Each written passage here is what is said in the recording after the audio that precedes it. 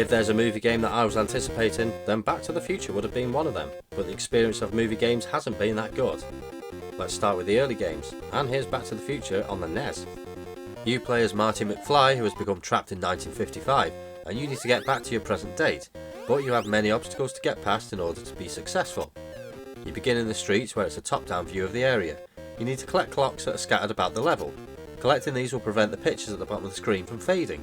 Fail to get enough by the time the level ends, then you fade away and lose a life before retrying.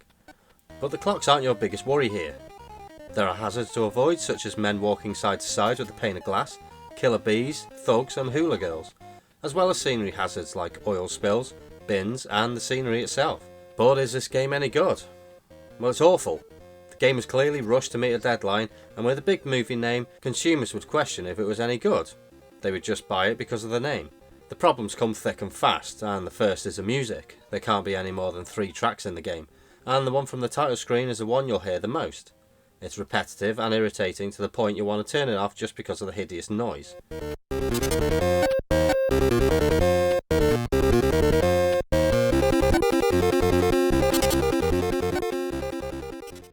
The streets are littered with dickheads, not road traffic or roadworks, but killer bees. Killer bees that only have a problem with you, and it's not always one that will attack. There can be 3 on the screen at one time. Collecting clocks is fine, but you need to grab virtually every one of them to be successful. The pictures at the bottom of the screen fade away fast, so it's wise to get every single one you possibly can. But then you have hula girls firing shit at you. I've never walked through a street where someone was playing, then suddenly threw shit at me. There are items on the floor that I wasn't sure if were collectible or a danger. It was only when I walked into something that I realised it wasn't put there to hurt me. You can get a bowling ball to take out enemies, just like in the film, and a skateboard to make things a lot harder. The biggest piss take with the game is the map. On first glance at this map, I assumed that there was only 4 stages because there are only 4 buildings. But no, there are multiple points you have to stop and play before you can get to them. And you know what they might be? That's right, it's more street levels, more of the same vertical scrolling shit. This game is developed by Beam Software, and don't worry, this game is one of many turds they had in the shitty. I'm not brilliant at a lot of games, but I know a boring repetitive piece of crap when I play it. And when LJN were behind the publishing, then we all know they don't give a fuck if it even works. Considering they technically had 4 years to develop this, they could have made something good. But because it was a rush job to fleece every fucker before Christmas, I don't recommend this at all.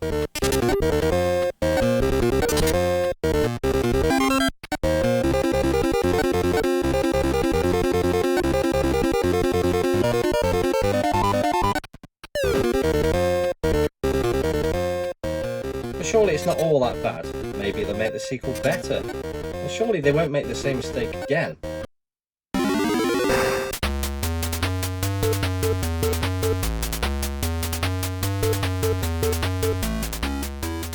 After the last fuck up, it's time to make a hat trick on Balls Up Part 2 and 3. With Back to the Future Part 2 being released in 1989 and Part 3 in 1990, this gave developers very little time to make a great movie title. But don't worry, Beam Software are back to deliver a fresh turd. Biff Tannen has found a sports almanac book and steals the DeLorean to go back in time to hand it to his younger self and become the richest, most powerful man in the world. You as Marty need to collect 30 items that are scattered across the levels. But I have no idea what these items are. The game is now a side-scrolling platform game. I suppose it's similar to Mario, where you can jump on enemies to kill them, except this is really shit. There's even a Spike Cooper here. I wish I could say I knew what was going on here, but I really don't. When you jump on an enemy, it may drop an item or a key, but you need to assume everyone will drop something because the item will fall off screen almost instantly, giving you barely any time to collect it. There are passages you can go through, but I have no clue as to where they lead. Because everything looks the same, you can't tell where you've come from or where you've been before. The controls are a bit crap, but it doesn't matter that much as the gameplay is shit too. Graphically it doesn't look very impressive, and yet again it lets the consumer down. I couldn't get very far and I got bored of it very quickly, and from what I've seen in videos, it doesn't get any better, only more complicated. It's hard to say if this was worse than the first. I prefer platform games, but ones that are actually fun.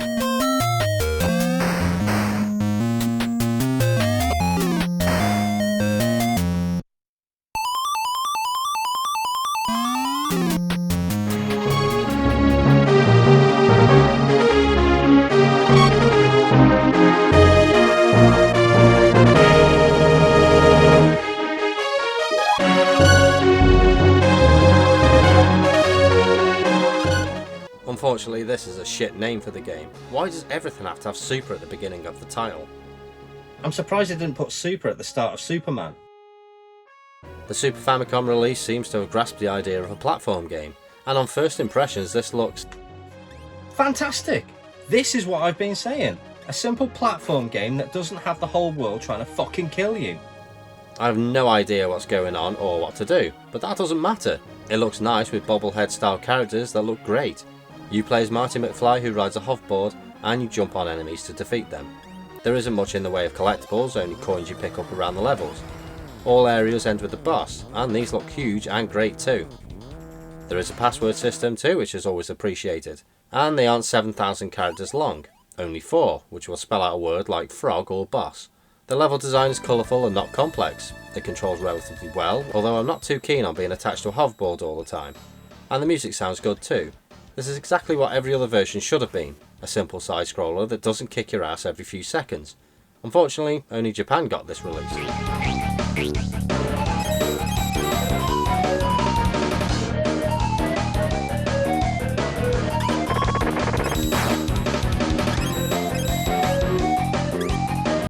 Nintendo dropped the ball with Back to the Future on the NES, but did Sega do any better?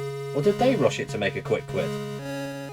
In this game you are Marty McFly again, and you need to complete tasks such as surviving a hoverboard chase and sneaking Jennifer out of the house without any family members seeing her, as well as a puzzle, a side-scrolling level, and another hoverboard chase. There are many items that can be collected, but to me it's unknown what they do.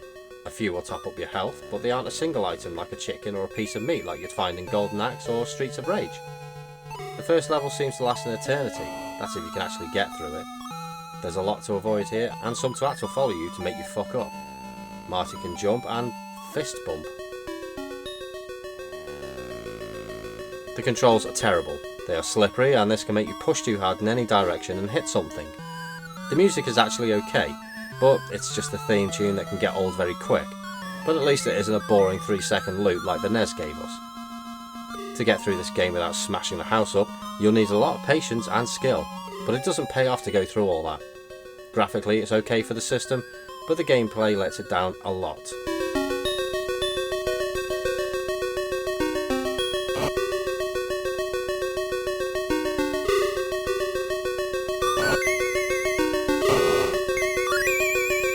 But they couldn't resist slapping us in the face with Back to the Future Part 3.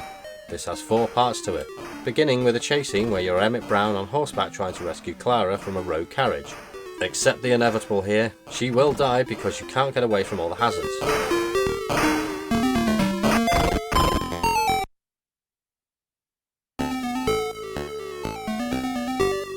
Bye, Clara.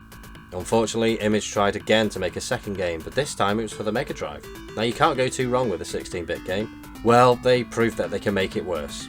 So far every 8-bit game just made a mockery of the film, so it would have been nice if they just made some effort for this one. I've tortured myself before by reviewing this, and my opinion still remains the same. To make the first level of a game near impossible is a fatal mistake, where everything on the ground is a potential hazard and visibility is extremely poor. The shooting gallery is a joke and it's not clear what your goal is. The isometric level is beyond ridiculous in trying to aim and actually hit someone, and the train stage wouldn't be so bad if it wasn't for all the telegraph poles you have to dodge. But it doesn't make any difference. This game is a huge letdown and virtually unplayable. The Master System version was bad, but at least it wasn't packed with hazards. 4 out of the 5 games are shit, and unfortunately Beam Software and Images had no idea how to make a decent game.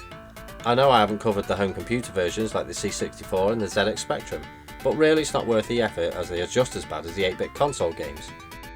There's one last game to try, and to my knowledge, it's the last game released on home consoles. It's Back to the Future, the game. Should we expect more of the previous crap with impossible levels that go on forever? Boring mini-games that are as fun as unblocking a toilet? Well, this game has gone a different route completely. Gone are the side-scrolling screens of repetitive madness, now it's a kind of point-and-click adventure. Not what I was expecting at all, but let's give it a chance. You play as Marty, and the doc has been missing for 6 months, and with a single clue, you need to work out when and where he is. The game is broken up over 5 chapters, and you begin trying to find an artifact belonging to the doc. But Biff gets hold of it, and you need to get it back from him. Once you've done this task, you get a feel for how the rest of the game is going to be, and to be honest, I was expecting better. I'm not saying this is a bad game, but the execution in some parts is a bit frustrating. For example, you choose a sentence that may give you the answer you were looking for, but you don't seem to get any further. This has you looking around for something you may have missed, and this can cost you a lot of time, when all you have to do is ask the same question again to trigger a different response. This is my only gripe with the game. It makes you feel like you're doing something wrong or maybe missed something along the way. Because it's not a true point-and-click adventure, it makes it easy to cycle through points of interest with the shoulder buttons. There won't be that many on screen, so the answer isn't always that far away. I've only just scratched the surface with this game, and from what I've played of it so far, I'd carry on playing it to see how far I can get. But the other ones, in my opinion, are pretty shit. The only decent one is Super Back to the Future 2 on the Super Famicom. All the older ones are just piss poor, really. I mean, they may have been okay back in the day, but today, it's too much frustration. Some developers really fuck up when it comes to a big franchise with a tight schedule, and they just cobble any old shit together before the release date. Which game of the series is your favourite? Is that Vice Principal Strickland? Mother never could keep little Gerald out of her clothes.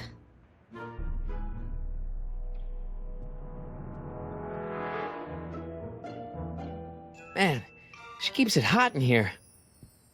That's the kettle. I'll be right back with some tea.